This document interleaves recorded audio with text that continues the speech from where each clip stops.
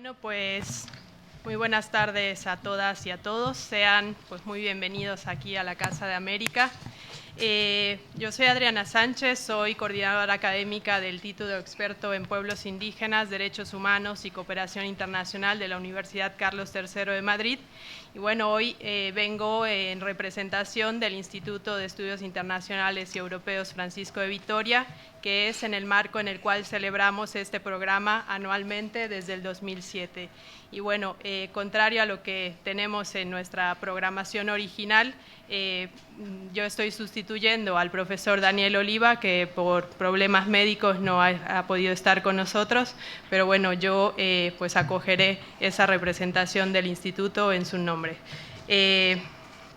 Bueno, primero que nada, queremos agradecer a la Casa de América, que bueno, año con año nos recibe en este importante recinto y que siempre tenemos la maravillosa oportunidad de establecer diálogos en los que participan tanto personas relacionadas con la defensa de los derechos de los pueblos indígenas como los propios líderes y lideresas indígenas, sobre todo de América Latina, que es la región sobre la cual nos centramos en el título de experto, para dialogar sobre los diferentes temas que hacen parte de la agenda del movimiento indígena latinoamericano. Celebrar esta mesa redonda sobre el empoderamiento económico de los pueblos indígenas de América Latina y el Caribe en este año 2017 es de suma relevancia por diferentes motivos, ya que no solamente se celebra este año el aniversario de la adopción de la Declaración Universal sobre los Derechos de los Pueblos Indígenas que se acogió en el seno de la Asamblea General, sino que también pues, es un año muy importante para la propia Casa de América, ya que celebra sus 25 años de fundación, así como también este año celebramos los 25 años de la creación del propio Fondo para el Desarrollo de los Pueblos Indígenas de América Latina y el Caribe, que es la entidad que nos respalda como programa académico al mismo tiempo que la Agencia Española de Cooperación Internacional para el Desarrollo. En ese sentido, quiero extender un agradecimiento muy especial a la Agencia Española, ya que durante los 11 años que este programa se ha llevado a cabo en el seno de la Universidad Carlos III de Madrid, pues ha financiado ininterrumpidamente la presencia de líderes y lideresas indígenas latinoamericanos de los Estados miembros del Fondo Indígena para que puedan estar aquí durante 2 meses realizando estudios de alto nivel en nuestra universidad.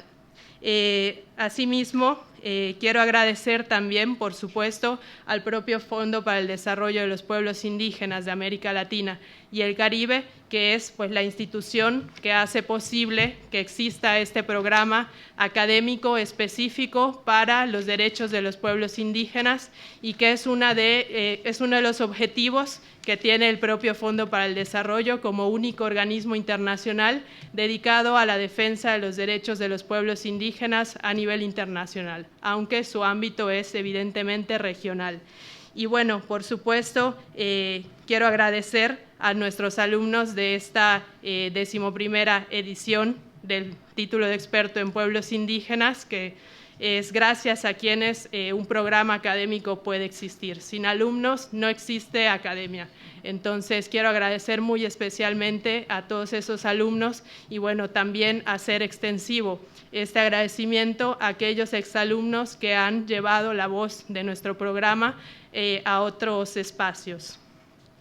Finalmente, quiero agradecer la importante presencia de las personas que conforman esta mesa, que como hemos visto en el programa, pues hacemos una dinámica en esta ocasión de diálogo entre 2 tipos de actores. Por un lado, líderes y lideresas indígenas de América Latina y el Caribe que traen a esta mesa la voz de sus pueblos y nos comparten las demandas de sus organizaciones y comunidades.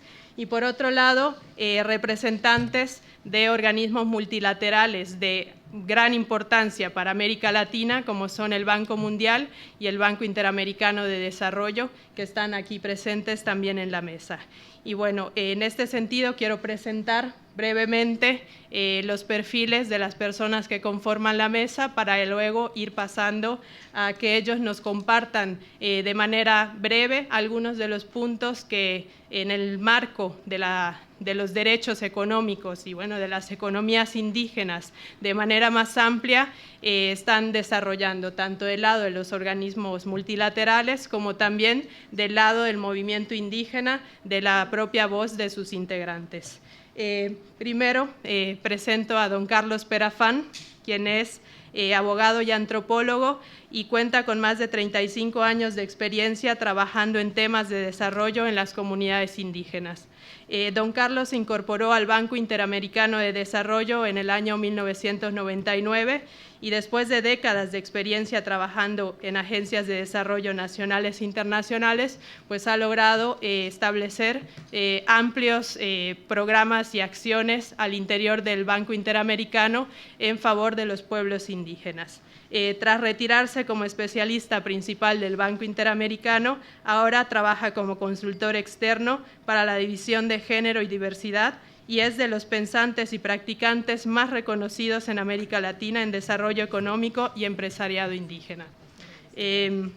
También tenemos con nosotros a Diana Pizarro, que es especialista senior en desarrollo social del Banco Mundial en el Departamento de Desarrollo Urbano, Rural y Social, y quien actualmente trabaja de manera directa con pueblos indígenas en el área de América Latina y el Caribe a través de distintos programas del propio Banco Mundial.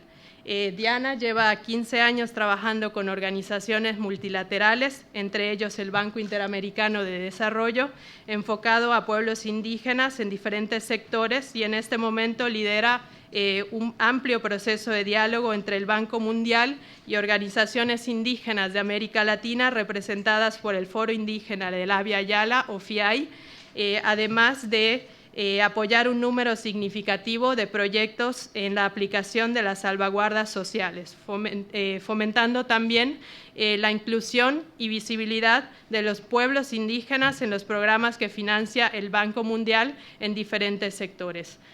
Asimismo, Diana lidera la preparación del primer préstamo de inversión que respalda las propuestas de los pueblos indígenas ante su Estado. En este caso es el Estado panameño. Y esta pues, es una experiencia emblemática por ser la primera de su tipo en el Banco Mundial en los últimos 20 años. También tenemos en la mesa a Hermelinda Tiburcio Cayetano, que es una lideresa indígena del pueblo Nasavi, o también conocido como pueblo mixteca, nacida en el estado de Guerrero, México. Hermelinda es profesional en sociología y también activista de derechos humanos. Es una lideresa que impulsa procesos comunitarios, ha puesto temas privados en la agenda pública, como son los derechos sexuales y reproductivos de las mujeres indígenas, y actualmente impulsa hacia la agenda pública la venta de niñas con fines matrimoniales. Hermelinda también ha liderado diferentes organizaciones locales, estatales y nacionales, algunas de ellas como la Coordinadora Nacional de Mujeres Indígenas Quinal Ancetic Guerrero, en el Fondo Regional Nasavi y la creación de la Casa Mujer Indígena. Por otro lado, Hermelinda ha sido candidata a ocupar la presidencia municipal de su municipio de origen. También ha participado en diversos talleres, seminarios y diplomados como temas de derechos humanos, derechos de la mujer, agricultura ecológica y desarrollo regional sustentable, además de recursos sobre la prevención del lavado de dinero. Finalmente, comentarles que Hermelinda ha obtenido diversos premios y reconocimientos por su labor muy activa en favor de los derechos de los pueblos indígenas, como es el Premio al Mérito Indigenista en el año 2015, Ponciano Arriaga Leija, por la defensa de los derechos de las mujeres. Y bueno, finalmente y no menos importante, les presento también a Wilson Manuel Reyes Araya, que es miembro del pueblo indígena Licanantay o pueblo atacameño de Chile. Wilson es ingeniero comercial por la Universidad Arturo Prat y además cuenta con posgrados en Economía Social de Mercado, Administración de Empresas y Comercio Internacional. Asimismo, entre su experiencia profesional, destacan su labor como administrador dentro de la empresa Socoal, labores dentro de la empresa Montegrande en el proyecto Sulfolix de la minera El Abra, en temas relacionados con relaciones laborales, control de gestión del proyecto, control de equipos y maquinarias. También ha trabajado como asesor presidencial para asuntos indígenas en la oficina del comisionado presidencial. También ha sido director nacional de la Corporación Nacional de Desarrollo Indígena y es secretario regional ministerial de Agricultura. Bueno, agradecemos a todos la presencia en esta mesa, muy especialmente pues, de parte de la Casa de América también, que hace posible este espacio, y de pues, las instituciones que nos traen aquí, como he mencionado. Y bueno, empezamos pues esta mesa de diálogo con la intervención de nuestro querido don Carlos Perafán. Muchas gracias. Bueno, buenos días a todos y a todas. Apenas me vengo a dar cuenta de que tenía una intervención, pensé que eran preguntas y respuestas.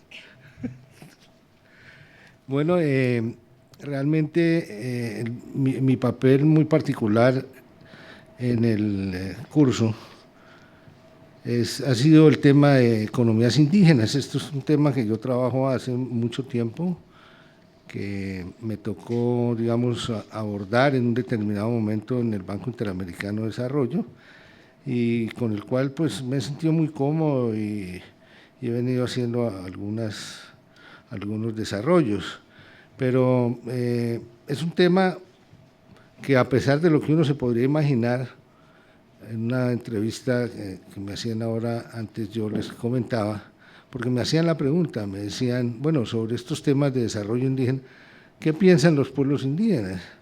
Y la verdad, pues a mí, yo tengo la impresión de que no es un tema muy importante para ellos. Los pueblos indígenas en América Latina son pueblos conquistados, son pueblos subyugados, tienen en su plato muchísimas otras cosas en que pensar que el desarrollo económico. Tienen que defender sus territorios, tienen que reafirmar su identidad, tienen que pelear por mantener sus lenguas y sus costumbres. Y claro, obviamente que todo el mundo quiere hacer algo en términos de desarrollo, pero no es el foco de sus discusiones. Echamos mucho de menos que en las organizaciones indígenas no exista, digamos, un foro, no existe una discusión que uno pudiera decir la discusión está avanzando, están llegando a esto. Hoy en día temas como el cambio climático, por ejemplo, como la reducción de emisiones de carbón, son temas que copan más la agenda de los pueblos indígenas que el tema de la economía. Y sobre esto hay otro factor que es importante mencionar, y es cuando uno habla de cultura, la verdad es que la economía es cultura también, pero las prácticas culturales no son algo que uno racionalice. Esto lo decían por ahí unos antropólogos en algún momento, y decían la cultura no es conspicua, la cultura es algo que se vive pero que no se racionaliza. Y esto es muy cierto también en la economía. Yo me he encontrado que mucha gente con la que hablo, a pesar de que son los practicantes de las economías tradicionales indígenas, no tienen mucha conciencia de eso y se piensan en términos de desarrollo de una manera muy simple. Yo creo que falta realmente mucha reflexión sobre este tema. Creo que esa reflexión no sacamos nada con que sea una reflexión de gente de afuera, de funcionarios del Banco Interamericano de Desarrollo, del Banco Mundial o académicos. Esta es una discusión que tiene que instalarse en los pueblos indígenas. Son ellos mismos los que tienen que definir hacia dónde quieren ir. Todo el mundo habla del derecho que que tienen los pueblos de definir sus prioridades de desarrollo, pero para uno definir sus prioridades de desarrollo, de alguna manera tiene que hacer un alto en el camino y pensar qué es lo que quiere. Pero eso no es así en la vida diaria. En la vida diaria uno está respondiendo a una serie de estímulos, de situaciones que son cotidianas y que lo llevan a ir escogiendo un camino sin haberlo escogido, ir pensando un camino sin haberlo reflexionado. Entonces yo creo que es por esta razón que alabo al Instituto Francisco de Vitoria, especialmente a sus profesores, a los directores que hayan pensado introducir en este curso que tienen sobre pueblos indígenas, que dicho sea de paso, es probablemente la especialización más prestigiosa que hay en este momento en el mundo, ¿no? Si se mira la audiencia a la que va.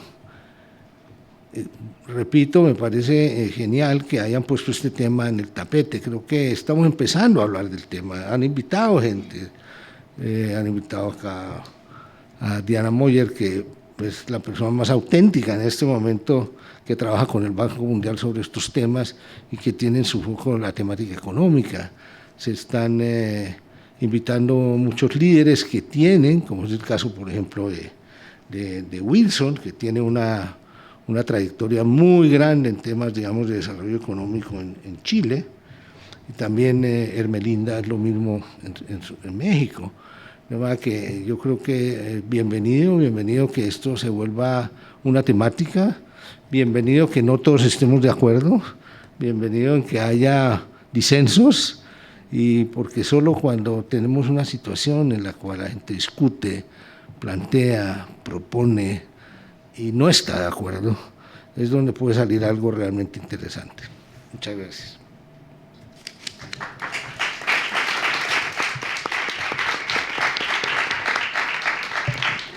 Muchísimas gracias, don Carlos. Y bueno, tras esta breve introducción sobre la importancia de las economías indígenas, vamos a dar paso a Diana Pizarro, que también nos va a dar su perspectiva desde su posición en el Banco Mundial. Bueno, muchas gracias por este espacio. Es un honor estar aquí en un sitio tan increíble, ¿verdad? Y con personas tan diversas y con pensamientos distintos. Y los fantasmas. Y fantasmas, que entiendo que hay fantasmas. No, y además me causa risa. Carlos y yo llevamos muchos años trabajando juntos. De hecho, Carlos ha sido mi mentor en este tema, porque antes trabajaba en el BID, ahora en la competencia en el Banco Mundial, ¿verdad? Y se rehúsa todavía a utilizar el nombre Casamiento de Pizarro. Como se ven, se refiere a mí como Diana Moyer, que es mi nombre antes de casarme. Todavía quiere pensar que soy soltera, lo cual ya no es cierto por 10 años. Bueno, total. Broma. No,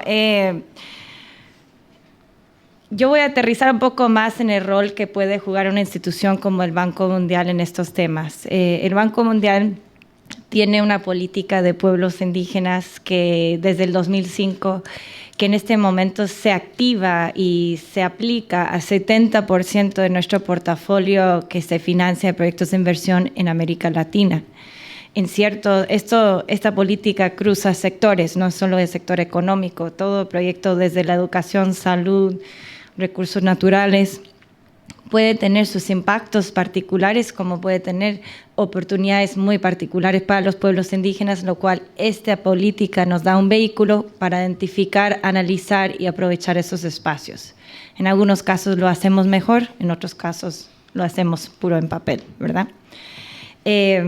Entonces, esa política sirve como el pan de cada día, de vehículo que usamos como banco, como institución para trabajar con los pueblos indígenas, siempre por medio de los gobiernos. El banco es una institución que es una cooperativa de 189 países en el mundo, y lo que hacemos principalmente es que prestamos recursos a los países en vías de desarrollo para sus propios programas de desarrollo. Los proyectos son de los gobiernos y son de los países con un acompañamiento de asesoría técnica y visión global que puede traer el Banco Mundial.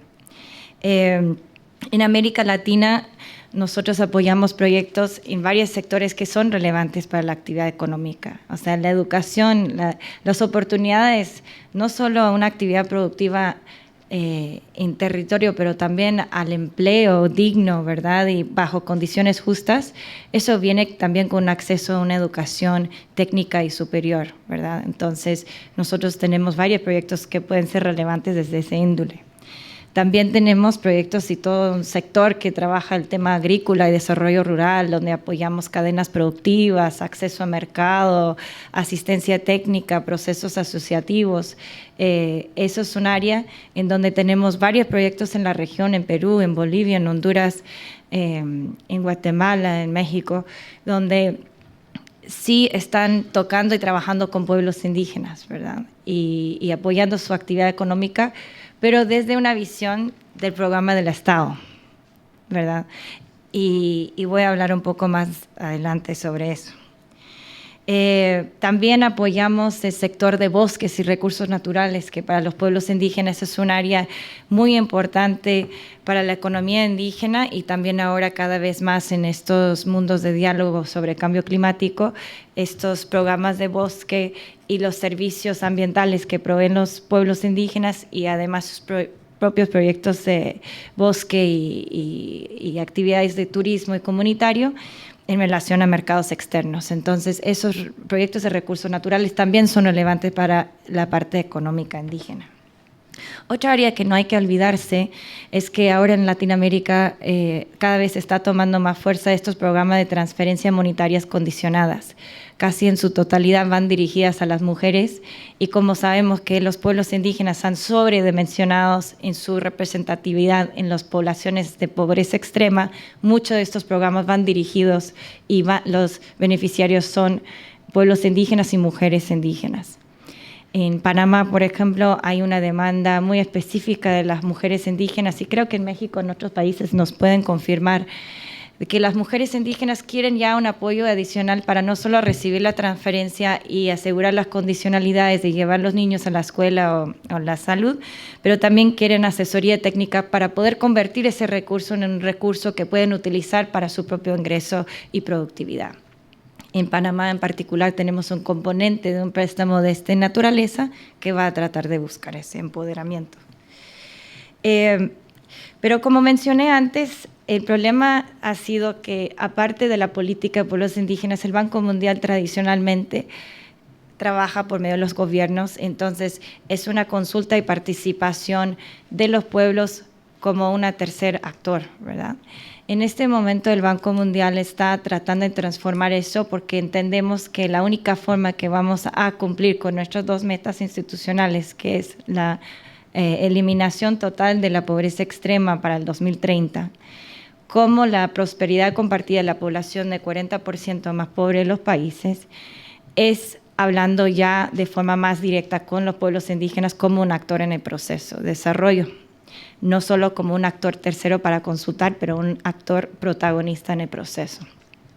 Tomando en cuenta ese reconocimiento del banco ha apoyado en América Latina un proceso de diálogo con pueblos indígenas que introdujeran cuando me presentaran, con el Foro Indígena Abya-Yala, que es la red de organizaciones indígenas más grande y más amplia de América Latina. En este diálogo, básicamente hemos construido sobre los últimos 4 años un proceso de plataforma continua de consulta y de fortalecimiento mutuo. Tanto las organizaciones indígenas y su nivel de gobernanza requieren apoyo en su articulación, organización y agenda, ¿verdad? Y proyectos propios, como también el banco necesita un fortalecimiento en su sensibilidad de los funcionarios, en su entendimiento de cuáles son las aspiraciones de esta agenda indígena. Como decía Carlos, primero tenemos que articular bien qué es la agenda. En particular, en el tema de desarrollo económico, de hecho, acabamos de realizar una mesa que creo que sí es fue un ejercicio de proceso de reflexión. Carlos estuvo presente en Oaxaca hace 2 semanas, en donde con el Foro Indígena Abya-Yala y con algunos expertos en derecho de pueblos indígenas y economías y algunos actores de gobiernos que justo lideran estos diferentes proyectos con índole económico, nos sentamos en una mesa con 15 personas encerrados 4 días y identificamos cuáles eran las áreas de derecho que pensamos más importantes para el tema económico y cuáles eran para cada área de derecho las barreras principales que pensamos que los pueblos se enfrentan para realizar esos derechos. Y para cada barrera desarrollamos lineamientos específicos de guía basado en buena práctica de cómo superar esas barreras. Entonces, solo para darles una pista, las 3 áreas de derecho que trabajamos fue, uno, el control, gobernanza sobre las economías y medios de subsistencia de producción propios, ¿verdad? El espacio propio y el desarrollo tradicional en ese espacio para el buen vivir. Segundo área que trabajamos era el tema de acceso a mercados, a financiamiento, a los factores de producción, por ejemplo, infraestructura productiva, y qué existe en relación para los pueblos indígenas en ese sentido cuando quieren tener una relación con mercado de afuera. Y finalmente trabajamos, y es un área muy poco trabajado, el tema de derecho laboral y acceso a empleos dignos bajo condiciones justas, y bueno, y también un poco los conflictos que pueden existir entre los derechos, por ejemplo, laborales, como el trabajo infantil, y la pertinencia cultural de esos derechos, por ejemplo, en el modelo cultural y familiar de producción agrícola, por ejemplo. Entonces, esas son áreas que estamos en el banco tratando de, juntamente en la mesa con organizaciones indígenas, articular y entender para tener esta reflexión, para después ir modulando hacia el futuro proyectos que realmente empiezan con una visión de la economía indígena, de las aspiraciones indígenas en relación al área productivo, por medio de estas guías, pero también por los procesos de diálogo que llevamos a niveles nacionales. Así que más o menos por ahí andamos. No tenemos la película resuelta ni clara, pero estamos en la lucha desde adentro como desde afuera. Así que muchas gracias.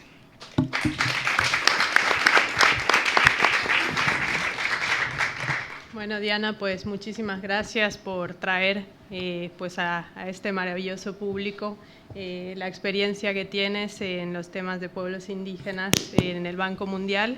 Y bueno, como podemos suponer, no puede haber un diálogo abierto y efectivo si no tenemos las voces de los pueblos indígenas.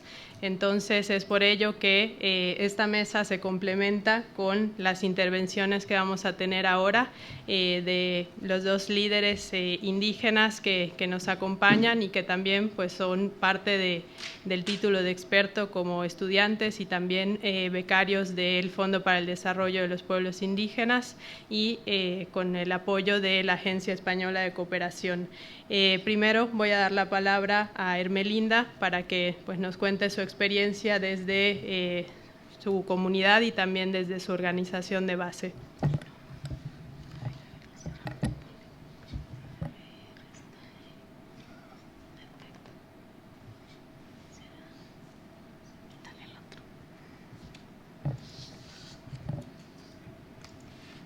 Davinindo dendo yo shinyon kubayo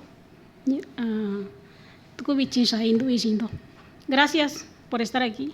Quiero compartir un poco lo que estamos pensando nosotras las mujeres indígenas y voy a hablar un poco, bueno, del empoderamiento económico de los pueblos indígenas de América Latina y Caribe, pero bueno, en especial a mujeres indígenas. Voy a hablar de la mujer porque, bueno, a pesar de esfuerzo que ha hecho la ONU, el objetivo del milenio, los 8 objetivos que se anunció mucho, pero bueno, a pesar de eso, pues tenemos todavía la condición, ¿no? En la realidad de América Latina, el objetivo consistía que se iba a reducir la pobreza extrema hasta frenar la propaganda de VIH y SIDA, ¿no? Y bueno, cumple en 2015 y hace una evaluación, pero bueno, la realidad es esto, un poco lo que yo puedo mostrar con esta fotografía. Erradicar la pobreza, nosotras las mujeres indígenas hacemos lo nuestro, ¿no? Hacemos pues seguimos haciendo trabajo en comunidades, porque somos las que vivimos en carne propia las desigualdades económicas. Los objetivos de ODS ahora, a ver si me ayuda, Sí, ahí estamos hablando. Es el fin de la pobreza y la igualdad. ¿Cómo no? Sí, con un programa asistencialista y paternalista, pues yo lo he vivido en carne propia, ¿no?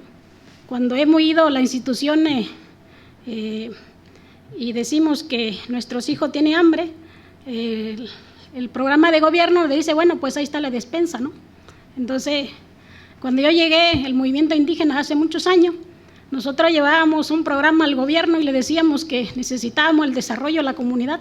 Nos decía, bueno, llévate esta despensa, ¿no? Bueno, yo lo dejé de hacer hace varios años, pero la foto que está al otro lado, es una foto que me mandaron hace una semana en un municipio, ¿no? Entonces, así no podemos reducir la pobreza, porque se sigue pensando. Y bueno, pues también cuando desde el escritorio pues hace planes, ¿no? Y programa para nosotros y nosotras, cuando dicen nuestros indígenas y nuestras mujeres, ¿no? Entonces, mientras sigan pensando así, pues muy difícil el desarrollo para nosotras, las mujeres indígenas. Nosotras, pues pensamos que somos seres, bueno, mientras siguen pensando que somos seres inferiores, no tendríamos desarrollo. Nosotras, las mujeres indígenas, decimos que no somos propiedad de nadie, somos seres humanos con necesidad propia y pensamiento propio, ¿no? Pero bueno, todavía existen programas en los países, puedo asegurar que en América Latina, que así están pensando por nosotras. Entonces, mientras nosotras no propongamos, pues va a estar muy difícil el desarrollo. Bueno, un poco la CEDAW, ¿verdad? Dice que es un instrumento jurídico, ¿no? Que los estados se comprometieron para un poco hablar sobre la discriminación hacia la mujer. Nosotras, las mujeres indígenas, tenemos que cambiar mentalidades, ¿no? De las mujeres jóvenes, bajamos un poco. Nosotros hacemos lo propio, hacemos desde nuestra comunidad. Creemos que necesitamos educarnos con una idea financiera, mujeres empresarias, podemos cambiar con acciones muy concretas, ser nuestra patrona y no buscar patrones, que es mucho lo que sucede en el sur de mi país, que hay mucha migración en los Estados Unidos y seguramente en muchos países de Sudamérica. La migración que pasa en Estados Unidos pasa por México, entonces la gente sigue buscando un patrón, pero bueno, nosotras las mujeres indígenas pues tenemos muchos recursos naturales. La pobreza pues es gracias que durante muchos años nos han dicho, ¿no? Que somos pobres, indígenas, analfabetas, o bueno, hoy tenemos que cambiar mentalidades y actitudes para poder cambiar a futuro, porque mientras piense por nosotras, hagan programa para nosotras, diseñe para nosotras, la realidad pues no va a poder cambiar. Entonces nosotras hacemos lo propio, nosotras las mujeres indígenas hacemos lo propio. Nosotros somos dueñas de los recursos naturales, solo que son recursos pasivos y hay que convertirlo en activo antes que las empresas internacionales lo sigan explotando sin nuestro consentimiento o beneficio para nosotras las mujeres indígenas, porque somos dueñas, que nosotros hemos cuidado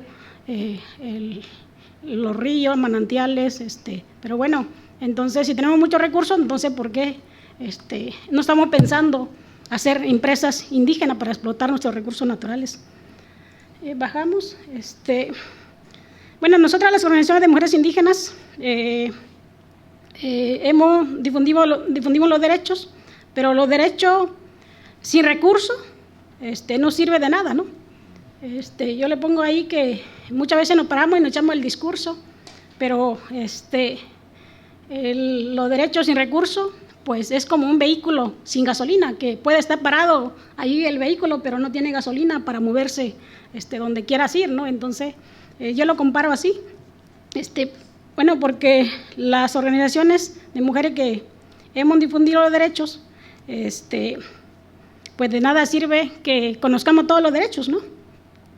Aunque durante muchos años yo he escuchado a nivel internacional que existe el Banco Mundial y todo un discurso, pero bueno, todavía no lo veo en concreto. Ayúdame por ahí. Y nosotros hacemos lo nuestro, ¿no? Seguimos pues comercializando nuestro producto artesanal en la región. Pero bueno, si estamos aquí es para poder hacer ese fuente, ¿no? Esta información, poder llegar un poquito más allá y no solamente estar ahí como aislando, haciendo nuestro comercio local y que muchas veces se quedan muy comunitario y no llega un poco más el nivel nacional y mucho menos a nivel internacional. Nosotras, bueno, le quiero contar, porque para acabar la pobreza se necesita recursos, ¿no? O sea, yo digo que discurso sin recursos comete más violaciones a derechos humanos y en especial nosotras las mujeres. O sea, yo así lo considero y es mi pensamiento, ¿no? Que muchas veces nuestro representante en los estados va y firma convenio a nivel internacional para decir que tiene que bajar la pobreza, pero solamente son discursos y mientras no haya plata o dinero que llegue exclusivamente para el desarrollo de la mujer, pues seguirá violando nuestro derecho. Entonces le quiero compartir que nosotras, en experiencia propia muy concreta, le quiero compartir que el año 1997 al 2001, nosotras comenzamos a difundir los derechos de las mujeres indígenas, salud y educación, y la mujer nos decía, ¿no? Bueno, está bien que tengo derecho, pero ahora ¿cómo llevo a mis hijas a la escuela? Está bien que tengo derecho, pero ¿cómo voy a los centros de salud? No tengo medicamentos, no tengo carretera, no hay médico en mi comunidad. Entonces está bien que tú me dices que tengo derecho, pero ¿cómo lo hago, no? Entonces a partir de ahí nosotras, con una experiencia muy pequeña, creamos una organización muy chiquita de mujeres y comenzamos a hacer comercio muy local, pero también comenzamos a dar crédito con un programa de la CDI y nos dimos cuenta que era bueno. En el año 2010 creamos una empresa que lo llamamos Impulsora Empresarial Nasavi, Sociedad Anónima de Capital Variable, SOFON, entidad no regulada. Le fuimos ahí a preguntar a los bancos, le dijimos, dinos cómo tenemos que hacer, porque como asociación civil nos dicen que no tenemos fines de lucro y que no podemos tener crédito al banco, entonces díganos cómo lo tenemos que hacer. Entonces nos dijeron qué figura, cómo lo íbamos a hacer. Nosotras tenemos la experiencia que en el 2010 nos constituimos, de 2010 al 2012 operamos con FIRA en México, 7 millones, con garantía al banco. El 2012 al 2016 operamos 1,5 millones para crédito al campo. Eso quiere decir que sí se puede, y hoy puedo decir que con esta experiencia, con todas las dificultades que tenemos, que desconocemos lo fiscal, administrativo, garantía prendaria, líquida, pero tenemos la totalidad del pago con el banco, ¿no? O sea, entonces eso quiere decir que no somos pobres. O sea, no han dicho y no han creado una mentalidad que somos mujeres pobres, pero en realidad nosotras, las mujeres indígenas, somos muy ricas porque tenemos los recursos naturales. Pero bueno, el Estado muchas veces también conviene como tener ese discurso, ¿no? Pero bueno, hoy nosotras las mujeres le queremos decir que tenemos que cambiar. Entonces, quiero terminar diciendo que discurso sin recursos, no vamos a acabar con la pobreza y nosotras necesitamos cambiar actitudes, mentalidades, porque no somos mujeres pobres, ¿no? Somos mujeres muy ricas. Pero bueno, ¿cómo hacemos que esa riqueza que tenemos en nuestro pueblo lo lleguemos a nivel mental y que en ese lo busquemos con ahora que el banco, yo sé que tiene toda una estructura, pero que se puede ir ahí como México, nosotros decíamos que la regla de operación no hay que quebrarla, pero sí hay que como medio que se quiebra, pero que no se quiebre, porque si no, pues no se hace gran cosa, ¿no? Entonces, pues que no. Entonces, pues gracias por escucharme, espero que esta reflexión, ayúdame, termino diciendo que somos mujeres indígenas y que venimos haciendo trabajo en comunidad y esperamos que con este pensamiento se pueda un poco ir cambiando, ¿no? Entonces, gracias.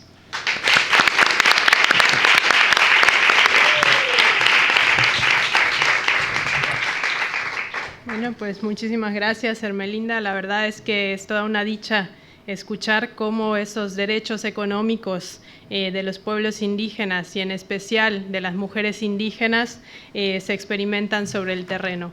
Entonces, bueno, esta experiencia de organizaciones de mujeres indígenas, pues en este caso en México, es verdaderamente revelador de cómo el movimiento indígena ha sabido enfrentar todas esas barreras de las que pues hablábamos anteriormente y transformarlas en potencialidades.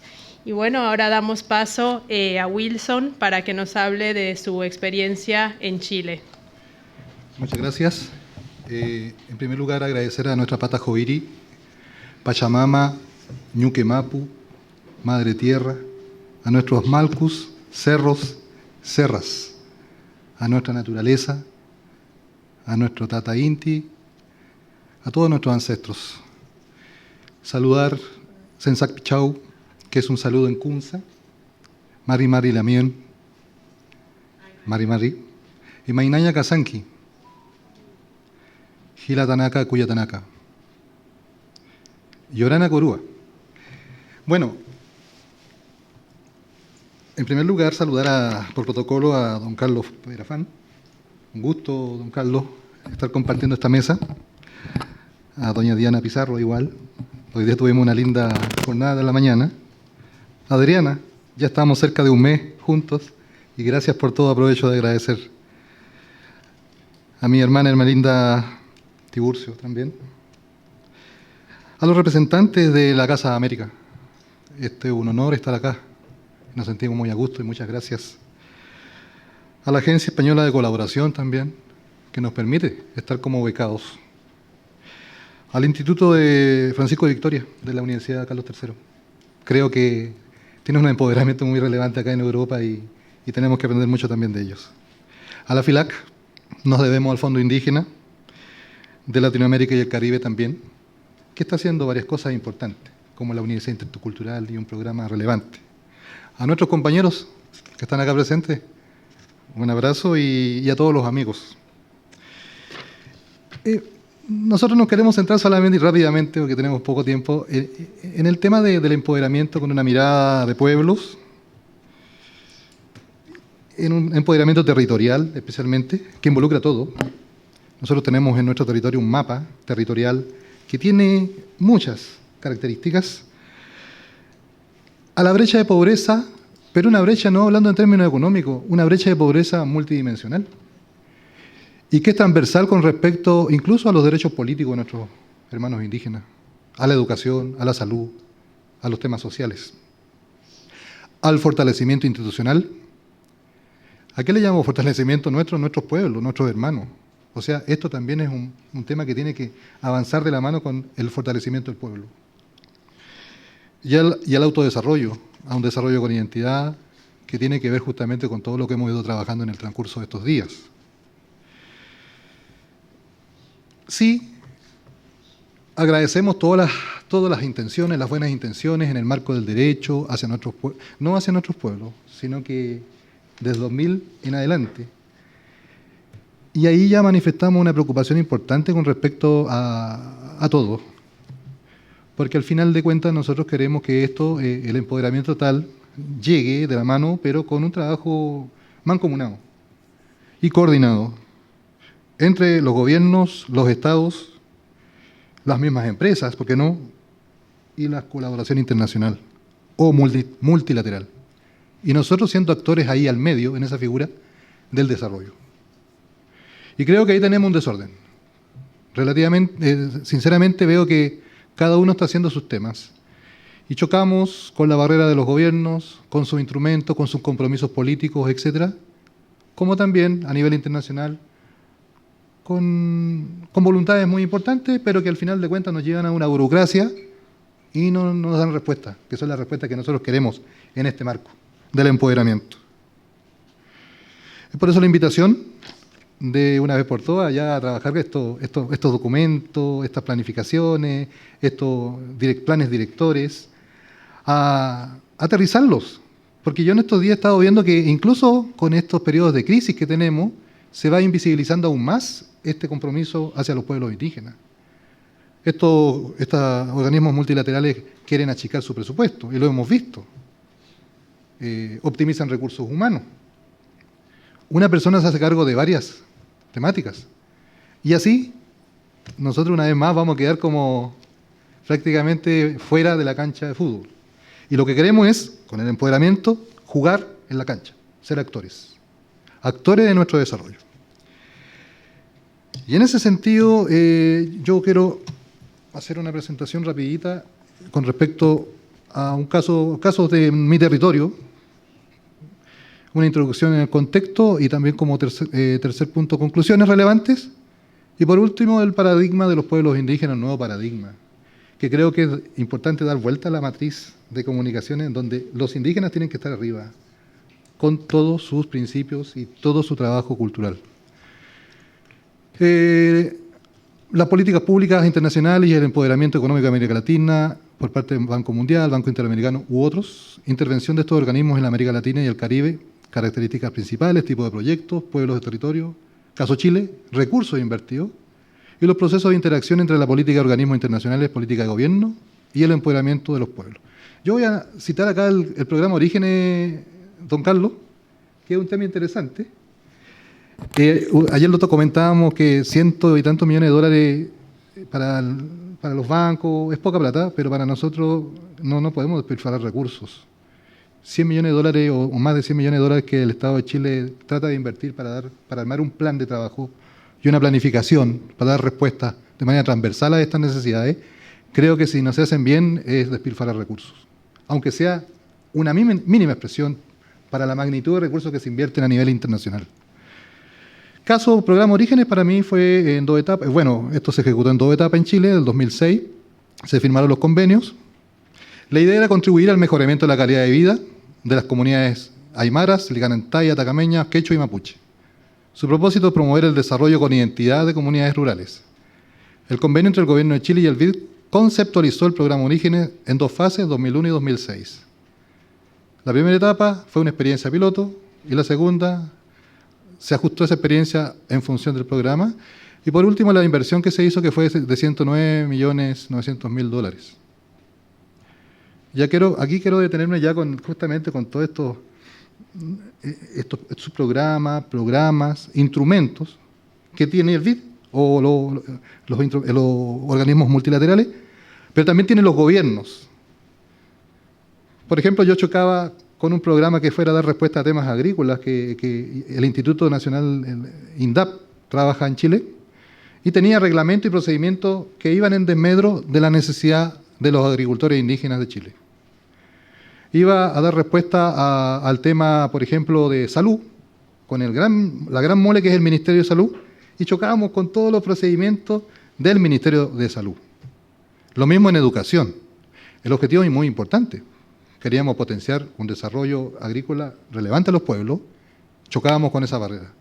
Íbamos a salud, queríamos potenciar justamente la educación, la salud intercultural de nuestros médicos, de nuestros sanadores, de nuestros yatiris, de nuestras hierbas medicinales o de nuestra hoja de coca, que es una hierba que nos conecta a la cultura. Pero chocábamos con la mole del Ministerio de Salud, con todo su reglamento y procedimiento. Ya al final del ejercicio, el beneficio no llegaba a los indígenas. Lo mismo pasa con educación, ese gran ministerio también. Queríamos potenciar a nuestros educadores tradicionales, a los planes y programas de educador de intercultural bilingüe, etcétera. Pero también llegábamos a lo mismo, que era lo interno, pero también lo externo, que tenía que ver con un montón de programas y subprogramas. Y sumábamos a los funcionarios, muchas veces externos, que desconocían la realidad del territorio. Ir a trabajar a San Pedro de Atacama, donde soy yo, desierto de Atacama, segunda región de Chile, el desierto más árido del mundo, tiene que tener un expertise, creo yo, que es distinto a un ingeniero agrícola de Temuco. Con mucho respeto, hermana. Entonces chocábamos con esas realidades, o chocamos cuando se instalan estos programas. Y acá tengo justamente estos subcomponentes o subejecutores con todas sus dificultades internas de administración. Entonces la invitación va en esa línea. O sea, no tenemos hablando en términos distintos de crisis económica, de todo lo que está sucediendo, de una coyuntura relevante, en donde una vez más nosotros los indígenas vamos a quedar prácticamente de lado, ¿qué hacemos? ¿Cómo rápidamente nos activamos y nos empoderamos y empezamos a trabajar con nuestro desarrollo? Yo estoy de acuerdo, don Carlos, en que nosotros tenemos que tener una economía, no podemos seguir esperando. Yo tengo que ser responsable de mi gente, que hay que buscar un desarrollo con identidad, respetando todo lo que estamos hablando, de cultura, de tradiciones, de costumbres, de saberes, de territorio, pero tenemos que desarrollar a nuestra gente para achicar esa brecha económica de pobreza, pero no de pobreza económica, sino, como le decía yo, de derechos políticos, por ejemplo, la participación política de nuestra gente en el Congreso, ¿por qué no? Ahí tenemos una pobreza enorme de las leyes. ¿Quién va a luchar por una ley ambiental que proteja a los pueblos indígenas si no son los indígenas? Creo que no lo va a hacer ninguna persona que tenga esa sensibilidad. ¿Quién va a luchar por el tema laboral para que se modifique el código laboral si no es una persona que siente esta realidad? Y ahí tenemos una pobreza, y achicar esa brecha es relevante para nosotros, pero con todos estos instrumentos y logrando un impacto. Y por ahí va nuestra presentación, con mucho respeto, pero en el fondo es cómo apuramos el tranco todos, en este sentido, y no seguimos el mismo discurso en el foro permanente y en todas las instancias donde nosotros los indígenas se nos caracterizan de que somos pobres y más pobres, pero no es así. Creo que las brechas esas tenemos que achicarlas y vamos a fortalecernos de muy buena manera. Unas conclusiones hacia la rápida. Las intervenciones en las políticas de empoderamiento hacia los pueblos indígenas, en el origen de la construcción de esas políticas existen fallas de diseño, en asistencia técnica, etc. Claro, yo le decía que se están achicando los presupuestos, y lo que queremos nosotros es un acompañamiento. Un acompañamiento en asistencia técnica. No sacamos nada con hacer un plan de manejo, o una planificación, o un plan director, si se terminan los recursos y no nos acompañan en este proceso para empoderarlos. Lo que no se ha logrado en las políticas internacionales de intervenciones es dar respuesta a lo que las personas necesitan o demandan para su autodesarrollo o desarrollo con identidad, en especial a los pueblos indígenas. La conexión de los intereses de los pueblos indígenas y las intervenciones institucionales son muy complejas. Existen muchos principios, componentes, intervención, bueno, ya lo dijimos con el ejemplo de origen, reglamentos, etc. Lo que se requiere es una dinámica social de intervención, en las cuales los proyectos y los programas tomen en cuenta la participación de los pueblos indígenas, no solo en la implementación de los proyectos, sino que en los procesos de elaboración de políticas estratégicas adecuadas a los pueblos indígenas. Existen procesos incompletos en la toma de decisiones de una política. Se deben aplicar obligatoriamente los estándares de consentimiento, consulta en los pueblos indígenas para implementar estas políticas, según los programas de pueblos. Bueno, son conclusiones que más o menos en forma general estábamos comentando, pero que debemos aterrizarla a todos los actores que estaba nombrando al principio.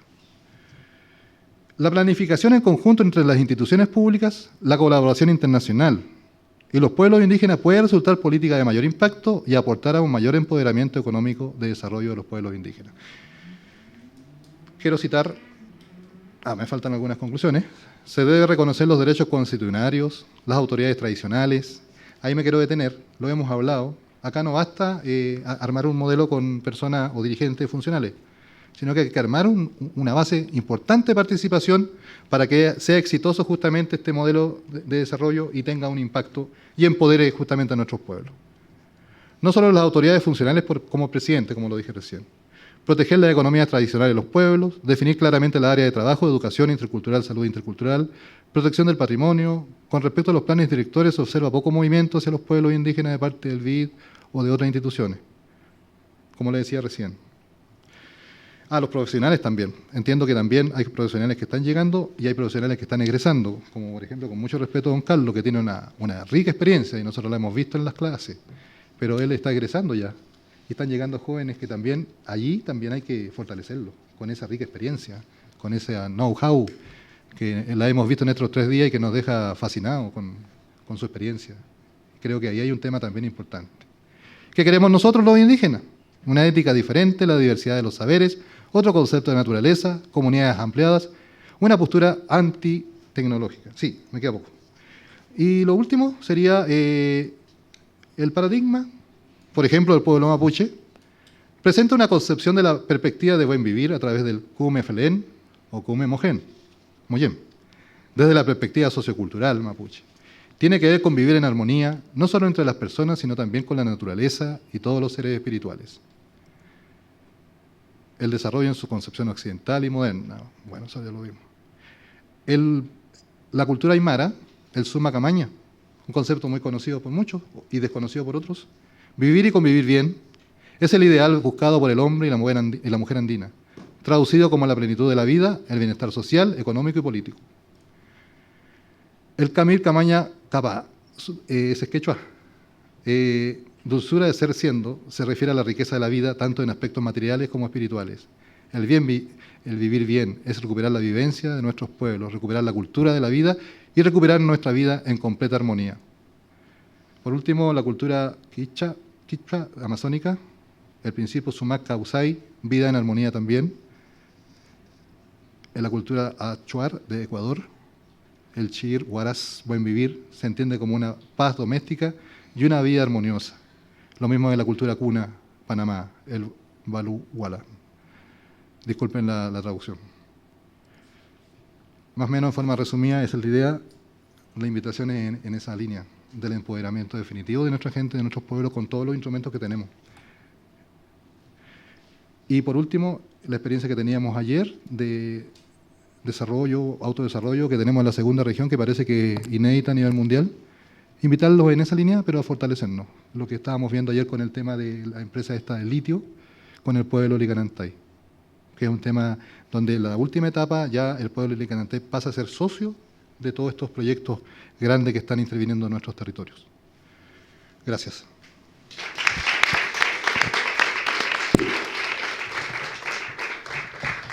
Bueno, pues muchísimas gracias, Wilson, por trasladarnos a esa necesidad de seguir impulsando el autodesarrollo de los pueblos indígenas, que bueno, ha pasado a ser conocido en las agendas internacionales como el buen vivir y que, como hemos visto, pues tiene traducciones en todos los idiomas indígenas que hay en América Latina, y esto, bueno, también nos habla de la riqueza de su contenido. Entonces, bueno, agradecemos mucho esta intervención y la de todos nuestros compañeros de la mesa. Y bueno, como pues es de suponer, ahora abriremos un pequeño espacio para que el público pueda hacer algunas preguntas sobre las maravillosas intervenciones que hemos visto y así poder ir articulando un diálogo entre lo que nos han presentado tanto los representantes de los organismos multilaterales como los representantes de los pueblos indígenas de América Latina y el Caribe. Muchísimas gracias. Pues no sé, no. Sí. El micrófono. ¿No sería una de las mejores soluciones para el indigenismo americano el reparto de tierras? Las constituciones de casi todas las repúblicas hispanoamericanas tienen un artículo que establece que todas las tierras que no tienen propietario particular pertenecen al Estado. Entonces, si esas tierras se repartiesen y los latifundios también, como se pretendió con las reformas agrarias integrales después de la conferencia de Punta del Este, si se repartiesen las tierras, se diese formación a los pequeños agricultores y créditos, tal vez sería la mejor ayuda que podía haber al indigenismo, mejor que las otras. Es decir, ¿por qué el Estado tiene, en casi todos los países, tiene grandes tierras? ¿Por qué no las reparte y por qué no se expropian como se pretendió a partir de 1967? ¿Por qué no se expropian con justiprecio, evidentemente, los latifundios y se reparten, se da formación a los pequeños agricultores, se les incentiva, se les dan créditos y yo creo que esto sería lo mejor que se podía hacer. Luego quería también preguntarles una cosa. Hace 50 años yo estuve en Honduras y había un problema indígena importantísimo y era que en determinada época del año, allá me parece que era por marzo, abril o por ahí, había una niebla inmensa en todo el país, y es que los indígenas quemaban todos los campos con objeto de que quedasen preparados para el cultivo. Esto producía una niebla artificial que impedía muchas veces el tráfico aéreo, que producía problemas respiratorios. Querría saber si esto sigue existiendo. Es decir, en vez de quitar las hierbas, lo que les resultaba cómodo a los indígenas era quemar todos los campos. Y había una niebla que ofuscaba todo el país. Querría saber si esto sigue existiendo.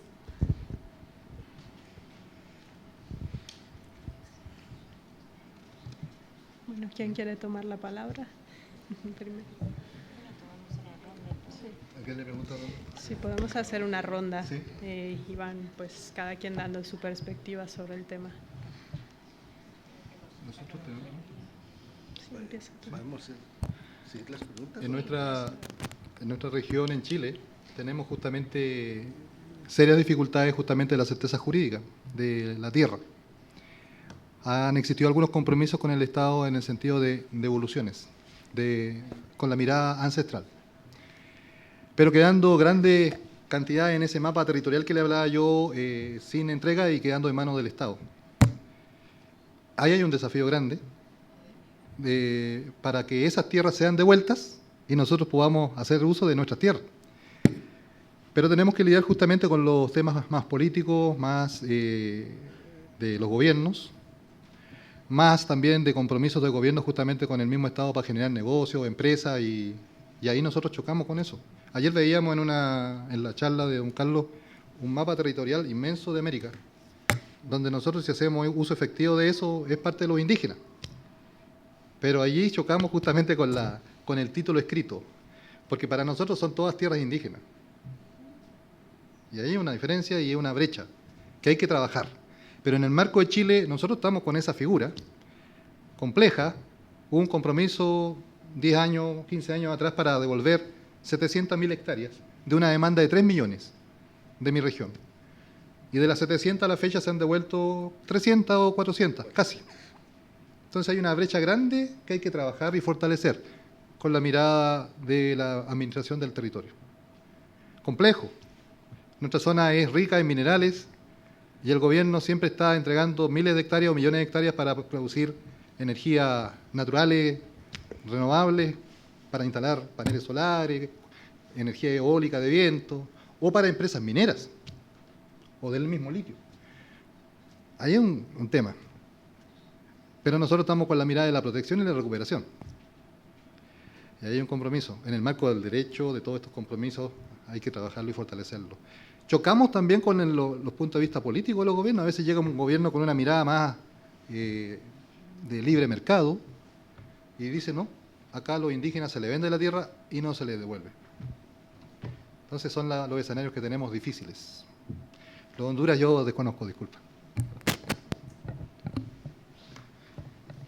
Bueno, nosotros y nosotras en México, después de la Revolución de 1910, pues la tierra quien lo trabaja según la ley. Pero bueno, nosotras las mujeres indígenas estamos todavía muy lejos en eso, porque todavía nosotras, las mujeres indígenas en México, me atrevo a decir que todavía no somos dueñas de la tierra, con todo el machismo que existe en nuestro país. Es muy difícil. Entonces, mucho menos no hemos llegado como en reparto de tierra, sino que más bien estamos con que la migración pues no han contribuido de que ahora las mujeres trabajan la tierra, y lo cual estamos pidiendo que ellas sean propietarias de la tierra, pero más bien a nivel comunitario. Entonces, en México, el artículo de la Constitución, pues, en la Revolución Mexicana, pues eso es una cobija grande que nos cobija a nosotros, pero bueno, nosotras las mujeres indígenas estamos muy lejos para llegar en ese proceso, ¿no?, de ser dueña de la tierra.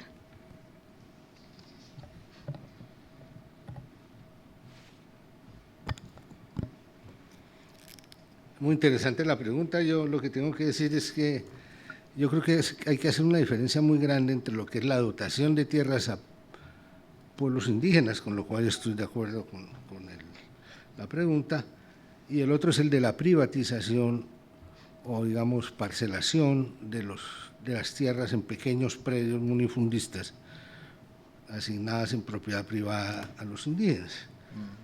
En el primer campo, pues la situación es variada. En realidad hay países que han avanzado mucho, el caso de Perú, el de Bolivia, son países que la reforma agraria para los indígenas fue un gran éxito, porque las tierras les llegó. Hay casos que están muy atrasados, como el caso de Chile, donde la dotación de tierras, el nivel de dotación es muy baja. Otros países han logrado, por ejemplo, en la cuenca amazónica, salir muy avante en esto, como es el caso de Brasil, de Colombia, de Ecuador. Pero obviamente que esta sigue siendo una tarea todavía en muchos países. Lo segundo es que el modelo, que es un modelo que no es de los indígenas, es un modelo de los entes internacionales, de la política internacional, en el sentido en que lo que le convendría a los indígenas sería tener propiedad privada para que tengan más acceso a créditos, para que se puedan desarrollar mejor. Es una política que se implementó y tengo que decir que tanto el Banco Mundial como el BID fueron adalides y grandes instituciones que instrumentaron esta política, que lleva 20 años haciéndose y que entre otras cosas ya no se hace mucho más. ¿Por qué? Porque los estudios que se han hecho con posterioridad demostraron que esto fue un fracaso gigantesco, nunca funcionó. La privatización de la tierra, por muchas razones. Lo que nosotros estamos viendo inclusive en este momento es hasta situaciones de pérdida de seguridad jurídica. El caso de Chile, que fue uno de los primeros países que en la época del señor Pinochet empezó a privatizar. La gente que privatizó en aquella época ya se murió. Los hijos nunca hicieron las sucesiones. La inseguridad jurídica es total en esas zonas donde ya no, los títulos desaparecieron. Ahora, sobre el tema del desarrollo económico, hablando de economía, una cosa que hay que entender es que el potencial económico de los pueblos indígenas los lleva a que su desarrollo no sea fundamentalmente un desarrollo agrario, sino un desarrollo no agropecuario en el campo y un desarrollo también en las ciudades, que son desarrollos que tienen que ver con otras cosas, como turismo, como pesca, como generación de energía, como, en fin, desarrollos agroindustriales, industriales, comercio, en fin. Es ahí donde está la posibilidad por decirlo de esa manera, de obtener el cuyín, como dicen allá en Chile, el dinero. Porque el problema que está en tratar de potenciar la economía tradicional indígena es que esa economía es de subsistencia, es diversa, y si uno se pone a meter a la gente a trabajar en un determinado producto, terminan haciendo monocultivos, y esos monocultivos muy bien mientras el mercado está excelente, y si el mercado se cae, la cosa desaparece. Entonces las experiencias tampoco han sido buenas. Nosotros pensamos que hoy en día el salto al desarrollo de los pueblos indígenas, que se ha hecho en algunos países, ninguno en Latinoamérica, pero sí en países como Canadá, en Alaska, en Estados Unidos, en Nueva Zelanda, en Australia, ninguno de esos desarrollos se hizo con base en la agricultura. No sé si quieren la intervención del Banco Mundial en responder a esa pregunta. Obviamente yo no puedo hablar por los estados y sus decisiones soberanas sobre su distribución de tierras. Lo que sí puedo hablar es que, como decía Carlos, nosotros sí apoyamos varios proyectos de titulación de tierras, que incluye titulación individual como titulación colectiva, ¿verdad? Por ejemplo, en la Amazonía peruana estamos apoyando directamente a las organizaciones indígenas con una donación de trabajar con el gobierno, con las regiones agrarias que son los responsables de la titulación para titular, reconocer primero los espacios, las comunidades o espacios que ellos ancestralmente han ocupado y después en lo posible titular, ¿verdad? Estamos reconociendo, creo que son 310 comunidades nativas y titulando 130 con este proyecto de $5 millones, que es una donación directamente con las organizaciones indígenas. En diferentes países, obviamente, hay diferentes políticas en relación a estos procesos, en donde hasta en el mismo país, por ejemplo, de Nicaragua, el marco legal para reconocer los territorios de la costa atlántica autónomas es muy distinto al marco legal cuando vas al Pacífico Centro-Norte. Entonces, son, como dice Carlos, son procesos muy imperfectos en el sentido de que tenemos que entrar y trabajar con el marco legal y con la voluntad política que existe y con la complejidad histórica que existe. En Nicaragua encontramos casos donde tienes 3 diferentes títulos y reconocimientos y tienes una reforma agraria que después el otro gobierno llega y hace otra reforma sobre esa reforma y después otra reforma. Entonces, no es de los... el tema de titulación de tierras es seguramente de los más complejos que trabajamos con los pueblos indígenas y que tratamos de apoyar, y yo creo que de formas no tan perfectas. Y si fuera tan sencilla, ojalá que hubiera gobiernos, ¿verdad?, abiertos a diferentes propuestas en ese sentido. Creo que hay apertura, pero también hay otros miembros de la sociedad civil que no son indígenas, que tienen intereses, ¿verdad?, y también que tienen necesidades. Así que no hay que tampoco desconocer esa realidad, ¿verdad? En Panamá, por ejemplo, los pueblos indígenas representan 12% de territorio, y su reconocimiento es de 22% de territorio. Obviamente ocupaban un espacio mucho mayor que eso antes de la colonia, pero la sociedad panameña no indígena ve esos datos como ya una exageración de titulación a favor de los pueblos indígenas. Entonces, estas son las realidades políticas en las cuales trabajamos, que son complejas, ¿verdad? De Honduras no conozco el caso de Nemblino, no sé, tenemos un compañero aquí de Honduras que no sé si hace 50 años estabas ahí. No. Bueno, hace 50 años estaba. Un momento para que te pasen el micrófono. Gracias. No, hace 50 años no estaba, ni estaba en proyecto, pero algo interesante es que son algunos modos o prácticas que tenían los campesinos y también entre ellos algunos indígenas en el modo de...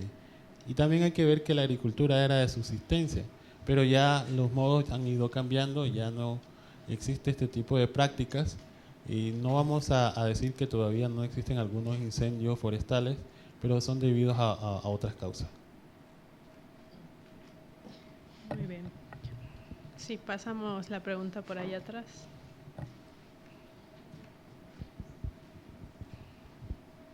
Sí, yo quisiera preguntar a los líderes indígenas qué se está haciendo para conservar estas lenguas vernáculas, estas lenguas indígenas, y por otra parte también para que los indígenas aprendan adecuadamente bien el portugués o bien el español. Esa sería lo que ahora desata un poco mi interés. ¿Se interesa? Gracias. ¿Respondo? Sí. Bueno, buenas tardes. Al menos en nuestro país tenemos algunas lenguas vivas hablantes y parlantes, como la mapuche, aymara, quechua y Rapa Nui. Pero tenemos otras que están extraviadas, no quiero decir muertas, como la mía, la licanantay, diaguitas, joyas, cahuáscar. Cahuáscar todavía quedan unas personas que están trabajando, que hablan. Y usted sabe la estadística que cada día se van desapareciendo las lenguas a nivel mundial. Y ese es el gran desafío. Nosotros tenemos una ley indígena que está media atrasada ya, que necesita cambios urgentes, y que tiene un componente que tiene que ver con educación y cultura. Y ahí se han hecho varios esfuerzos a nivel del gobierno, con presupuestos y con programas para tratar de revitalizar. Se han creado en el seno de esa ley indígena comisiones lingüísticas de mapuche, aymara, quechua, licanantay. Hemos sido osados, no tenemos nuestra lengua extraviada, pero tenemos una comisión, justamente para tratar de ordenar, planificar y recuperar, fortalecer. Y en ese sentido hay compromisos presupuestarios para dar respuesta a esa inquietud de la lengua. No son, en Chile, nosotros parece que a nivel mundial también el pariente pobre es la educación y la cultura. Los presupuestos no son tan relevantes.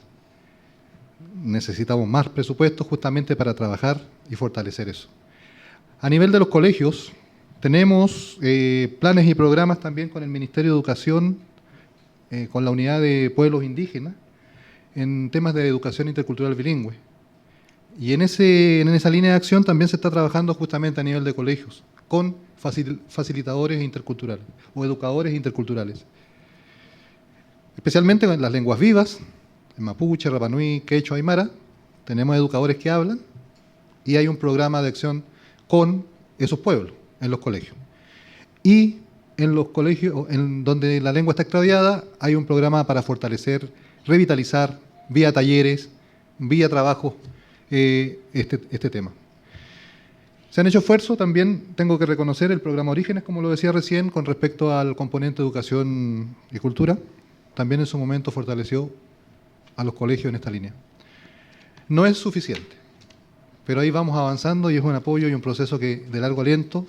Lo preocupante es que tenemos una estadística, una curva en donde los adultos mayores solamente están hablando lengua en Chile, y especialmente en territorios rurales. Y eso es preocupante. ¿Cómo trabajamos con los jóvenes, los niños? Ahí está el desafío. Ahí hay una brecha también de pobreza también importante que trabajar. Y la invitación va en esa línea para los gobiernos y para todos, y nosotros mismos.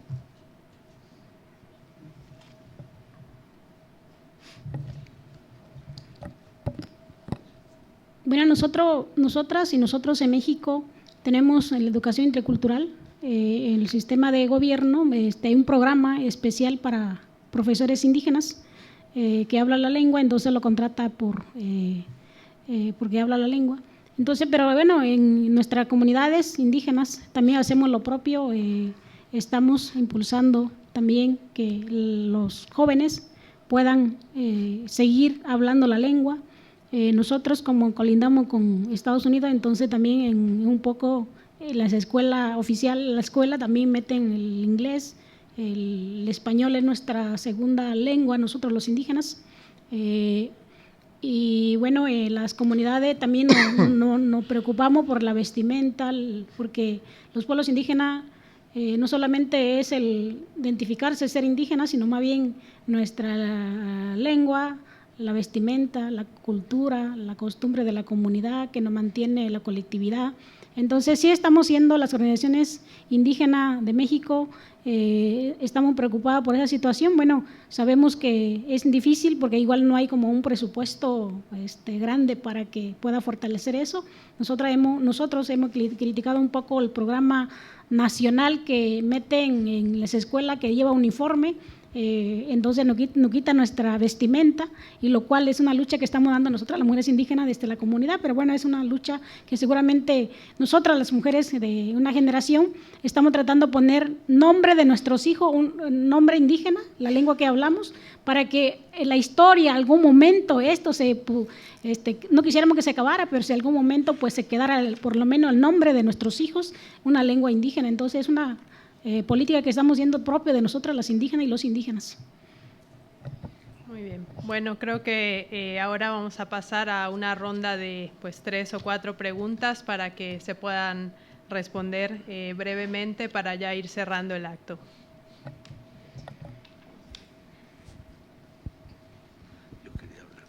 Hola, pues esta pregunta va un poco para los 4. Me gustaría saber cómo afecta a la economía indígena el tema de las empresas extractivas extranjeras. ¿Cómo afecta en sentido positivo, si fuese el caso, o bueno, en el sentido negativo que más o menos ya sabemos por dónde va? Gracias.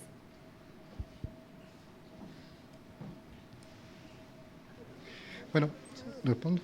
¿Sí? No, juntamos y hacemos una ronda sí. Y tomar 3, digamos. Sí. Hola. Sí, soy Alejandra. Me da mucho gusto estar aquí conversando con ustedes.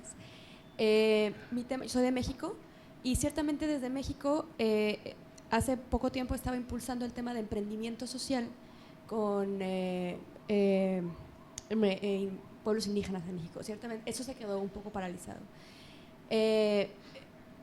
Ahora estoy aquí en España estudiando el tema de innovación. Cómo las tecnologías están cambiando el mundo, revolucionando el mundo. En la mañana acabo de estar en una conferencia muy interesante de cómo se están planeando hacer las ciudades del futuro, ¿no? Y me interesa muchísimo poner esta conversación, no sé si la tienen aún, acerca de la innovación, cómo dialoga la innovación con los pueblos indígenas, sobre todo con sus saberes ancestrales. Y sobre todo potencializar el tema de arte y cultura con el tema de innovación, potencializar el tema de cambio climático, bioconstrucción, y ciertamente para los dos líderes indígenas están acá, ¿cómo podríamos hacer que las mujeres indígenas puedan ser emprendedoras? ¿Cómo ustedes me podrían dar unos consejos o lo que piensan ustedes para fomentar ese tema de empoderamiento, pero también querer ellas mismas formar su propia emprendimiento, digamos, social, que es lo que yo estoy trabajando? Gracias.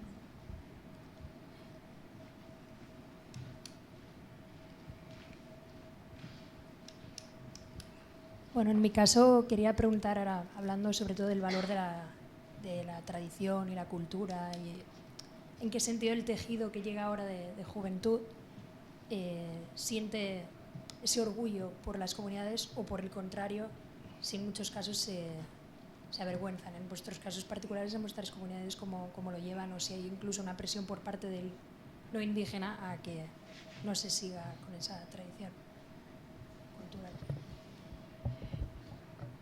Bueno, pues vamos a intentar que entre los ponentes se respondan las preguntas que se han hecho y haciéndolo de manera muy breve porque, bueno, debemos ya ir cerrando la mesa.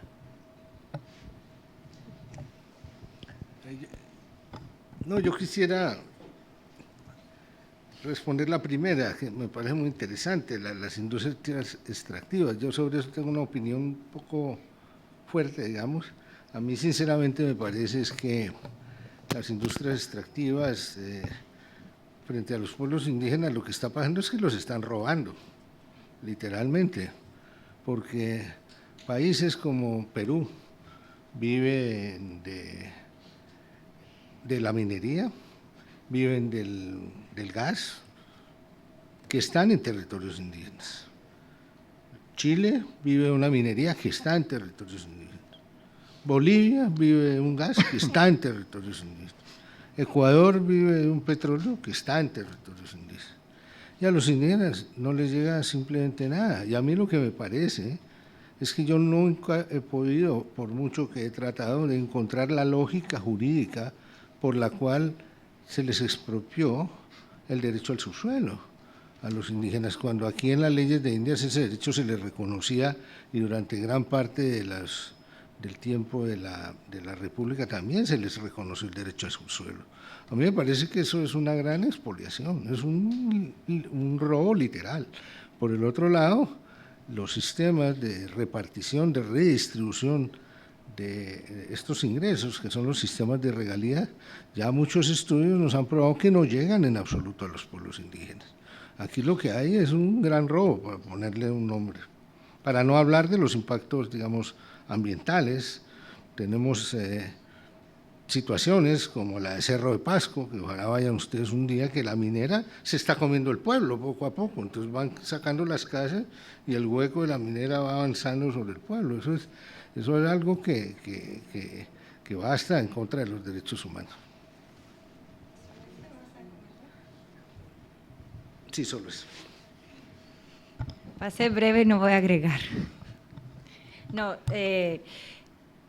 sí, lo que sí quiero decir es que como yo represento Banco Mundial Público, ¿verdad? Tenemos el sector público y tenemos el IFC, que es un brazo que trabaja sector privado, proyectos de inversión, en donde sí hay proyectos más de minería extractivos, pero la institución en donde yo trabajo, que es sector público, en América Latina no financiamos proyectos, no es que tenemos una filosofía en contra, es que normalmente ese tipo de proyectos viene desde el sector privado, ¿verdad?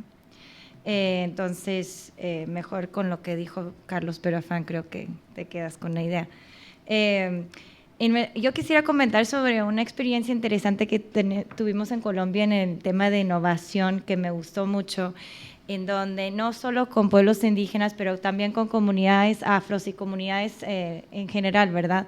En donde financiamos hubo una agencia de innovación del gobierno que ellos hacían llamadas de propuesta en donde se juntaban investigadores de la ciencia, de las universidades típicas, ¿verdad?, institutos de investigación, y que ellos podían solo presentar sus propuestas si venían a la mano con una propuesta comunitaria. Entonces se agarraban los dos a la mano y hacían un proyecto en conjunto donde se tomaba en cuenta el conocimiento local y la innovación local para resolver problemas de falta de agua, diferentes problemas comunitarios, con el apoyo de la ciencia y tecnología para escalar o para resolver de una mejor manera, más efectiva, ese problema. Entonces creo que en el tema de la innovación tenemos mucho campo que recorrer en este reconocimiento ya de la sociedad de estos conocimientos tradicionales y comunitarios y locales que han podido y han tradicionalmente resuelto sus temas cuando el gobierno o otros actores están ausentes, ¿verdad? Entonces creo que hay mucha oportunidad en juntar, y desde el mismo diálogo con pueblos indígenas escuchamos mucha demanda en donde cómo podemos trabajar esto de juntar los conocimientos tradicionales con la ciencia y tecnología para buscar las soluciones a temas muy urgentes que enfrentan las poblaciones. Eso siempre obviamente tomando en cuenta la propiedad intelectual de los pueblos indígenas, que no se puede olvidar en este tema que sí hay un robo muy fuerte en el tema de propiedad intelectual. Y bueno, todo ese tiempo el convenio de biodiversidad, ¿verdad?, que protege ese derecho. Entonces, eso es lo que yo quisiera aportar en relación a la pregunta de innovación. ¿Respondo? Bueno, innovación tiene doble cara para nosotras las mujeres indígenas. Uno, traemos toda una estructura de nuestros pueblos, o sea, la blusa, entonces muchas veces la gente por la economía, entonces dice, bueno, pues si es que yo la blusa que tú traes no me queda, yo quiero que tú le puedas ir poniéndole esta. Entonces creo que por la vía de comercio estamos rompiendo con nuestro traje tradicional a llegar a otro. Entonces nosotras lo discutimos a nivel comunitario, sí, decimos que si tenemos que comercializar, no vamos a olvidar de que tenemos trajes tradicionales, que es nuestra propiedad intelectual colectiva, que nosotros estamos buscando hacer la colectividad. Pero bueno, la innovación tiene doble cara, o sea que para nosotras es difícil por hoy, todavía no lo estamos discutiendo a nivel comunitario. Si queremos entrar al comercio, pues tendremos que entrar con esa exigencia del mercado, entonces tendremos que mirarlo. Entonces por hoy estamos tratando de que nuestro traje tradicional se conserve, pero ¿cómo hacemos para brincar en otra etapa? La empresa, ¿no? Si las mujeres indígenas queremos salir de la estructura de la economía que nos dicen que somos pobres, entonces tendríamos que ser empresas que puedan innovar lo que tenemos, porque nosotros no vendemos oro, no vendemos plata, no, nosotros vendemos nuestra artesanía. O sea, digo, seguramente las empresas tienen esa tecnología para hacerlo, pero nosotras no, nosotras lo que hacemos, tejemos, hacemos blusa, hacemos guarache, hacemos arete. Entonces, ¿cómo vamos a hacer con eso? Yo creo que es un tema que nosotros, los pueblos indígenas, lo tendremos que mirar, que no está así como diciendo, no le vamos a entrar, no, yo creo que estamos pensando, estamos tratando de cómo entrarle. Y quiero contestar de qué se siente la juventud. Para nosotras, las mujeres indígenas, seguramente una edad muy joven de niñas que comenzaron, bueno, entró a la escuela, pues no es de casualidad de la colonia, ¿no? O sea, cuando llegaron los españoles allá y dijeron que ustedes como que no piensan, bueno, así un poco la historia, ¿no? Entonces, los jóvenes de ahora están leyendo una historia, entonces dice, bueno, pues aquí ya no quiero ser indígena, me quiero convertirme, entonces también es un tema que estamos tratando nosotras las mujeres indígenas, porque estamos con un papel muy importante, ¿no? Nosotras somos las que educamos a los hijos. Entonces, ¿cómo le digo? Llega la tecnología, llega ahora hay comunidades que ya no hablan la lengua, hay comunidades que ya no viste el traje indígena, y eso no quiere decir que no sea indígena, sí es indígena, pero está perdiendo la identidad, la lengua, la vestimenta. Entonces, yo me atrevo a decir que las mujeres jóvenes, algunos lugares, no se sienten con orgullo, ¿no? Sino más bien están buscando como la identidad. Entonces, nosotras, es un papel importante que estamos haciendo a nivel comunitario, de que nuestro traje es importante, la lengua. Entonces, hace muchos años, muchas mujeres indígenas llegábamos a la ciudad y no podíamos hablar la lengua porque la gente te regresaba a ver, pero hoy lo que hacemos es que llegamos a la ciudad y lo hablamos y nos subimos en un lugar como este, y lo que hacemos es que el primero saludamos con nuestra lengua indígena para que se pueda mirar, ¿no?, que existe esta riqueza cultural. Entonces, no es tan fácil, no es todo maravilla.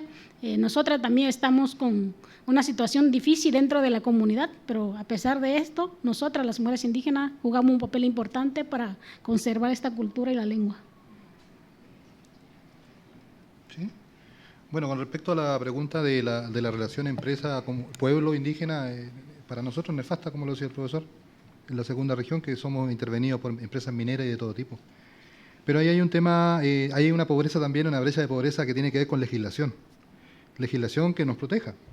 Claro, nosotros podemos reclamar, podemos colocar recursos de protección, podemos decir no se hizo la consulta, pero al final es el Estado, el gobierno es el que regula esto, y nosotros ahí estamos muy débiles. Y siguen pasando por todos lados las empresas, nos siguen cooptando y todo lo demás, y al final nosotros lo que queremos es el respeto a la naturaleza.